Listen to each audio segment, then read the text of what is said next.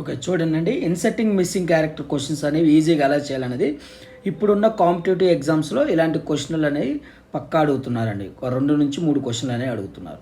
So ఈ క్వశ్చన్స్లో మనం రో వైజ్ కానీ కాలం వైజ్ కానీ ఈ నెంబర్స్ మధ్యలో రో వైజ్ అంటే 14 and 4 కానీ కాలం వైజ్ అంటే 7 and 8 ఈ నెంబర్స్ మధ్యలో మనం ఏ నోటేషన్స్ అయినా యూజ్ చేసుకోవచ్చండి. ఆ నోటేషన్స్ ఏమేంటి అనేది నేను చెప్తున్నానండి.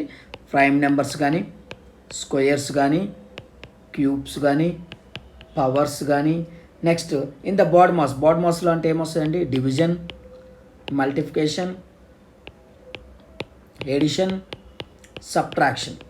ఈ నోటేషన్స్లో మనం ఏ నోటేషన్స్ అని యూజ్ చేసుకోవచ్చు అండి. ఒకవేళ రో wise and column wise satisfy కాకపోతే డయాగ్నల్ వాల్యూస్ కూడా తీసుకోవచ్చండి. సో డయాగ్నల్ వాల్యూస్ అంటే ఇలా అండి, 14 and 8 కానీ, లేకపోతే 7 and 4 కానీ, లేకపోతే నెక్స్ట్ 14 and 7 కానీ, నెక్స్ట్ 8 and 4 కానీ, ఈ వాల్యూస్ కూడా మనం చెక్ చేసుకోవచ్చు. నేను ఇన్సర్టింగ్ మిస్సింగ్ క్యారెక్టర్ క్వశ్చన్ చాలా క్వశ్చన్స్ సాల్వ్ చేశానండి. ఫ్యూ క్వశ్చన్స్ అనేవి with in fraction of milli సెకండ్స్లో కూడా వచ్చినాయి. బట్ ఈ క్వశ్చన్ అనేది నాకు కొంచెం టైం అనేది తీసుకుందండి.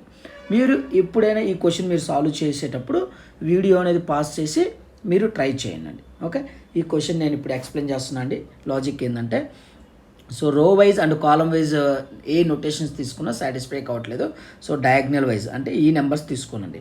అంటే 14 - 8 అంటే ఎంత వస్తుందండి? ఇక్కడ డిఫరెన్స్ 6 స్క్వేర్ అంటే ఎంత అండి? 36. నెక్స్ట్ రిమైనింగ్ నెంబర్స్ అంటే 7 and 4. సో డిఫరెన్స్ ఎంత? 3. సో 3 స్క్వేర్ అంటే ఎంత? 9. So 36 + 9 is 45. So that is a middle number. So same logic apply in middle diagram also. Logic satisfied అండి. So directly I'm applying in last diagram. Okay, 19 and 14. So difference ఎంత అండి? 5. So 5 square అంటే 25. Next 49 - 45. So difference 4. Then 4 square means 16. 25 + 16 is the how much? 41. So answer వచ్చి ఈ ప్రశ్నకు వచ్చి 41 is the answer. As for option, second option is the answer.